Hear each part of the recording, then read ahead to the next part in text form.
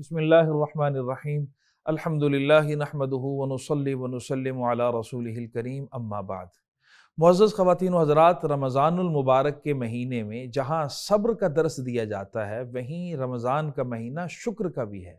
شکر اس بات کا کہ میرے مالک آپ نے مجھے رمضان کا مہینہ نصیب فرمایا، آپ نے مجھے حبیب پاک صلی اللہ علیہ وآلہ وسلم کی امت میں پیدا فرمایا، آپ نے مجھے بخشش کے ذریعے اور مواقع میسر فرمائے۔ رمضان کا مہینہ شکر کا ہے، رمضان کا مہینہ صبر کا ہے، اور اس بات پر بھی اللہ کا شکر کہ میرے مالک آپ نے نعمتوں کے دروازے کھول دیے مجھ پر، آپ نے نعمتیں نازل فرما دیں۔ صحت کی نعمت آپ نے دی، اولاد کی نعمت آپ نے دی، رزق کی نعمت آپ نے دی، اور سلامتی آپ نے دی، اور سارے خیر کے معاملات آپ کی طرف سے ہوئے۔ میں شکریہ ادا کرتا ہوں۔ رمضان کا شکر بہت ضروری ہے۔ جو شخص رمضان کا بہترین وقت شکر میں گزارتا ہے، اللہ سارا سال رحمتوں کی برسات اور رحمتوں کی بارش برساتے ہیں اس پر۔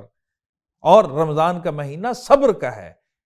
جیسے میں نے یہ عرض کیا، یہ میری تعبیر ہے کہ اللہ رحمتوں کی بارش برساتے ہیں شکر کرنے والے پر، اسی طرح یہ بھی میری ایک تعبیر ہے سمجھنے کے لیے کہ صبر کرنے والے پر بھی رحمتوں کی بارش ہوتی ہے۔ کہ اگر کوئی مشقت آتی ہے، کوئی تکلیف آتی ہے، کسی کی طرف سے کوئی آزمائش آتی ہے، تو اسے درگزر کیا جائے اور اپنے تعلق کو اللہ کی طرف، اپنے رخ کو اللہ کی طرف موڑا جائے۔ تقرب اور تعلق کا یہ وقت ہے۔ شکر بھی پروردگار عالم کے حضور، اور صبر کا معاملہ بھی اپنے رب تعالیٰ کے حضور۔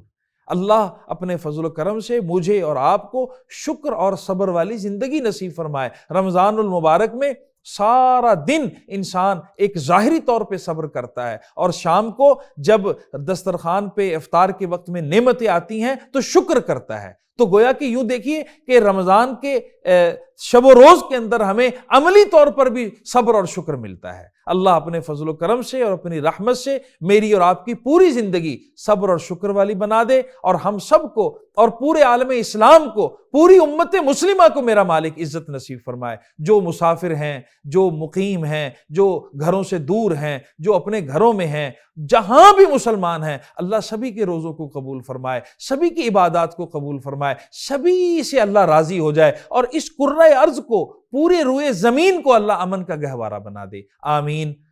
وآخر دعوانا ان الحمد للہ رب العالمین۔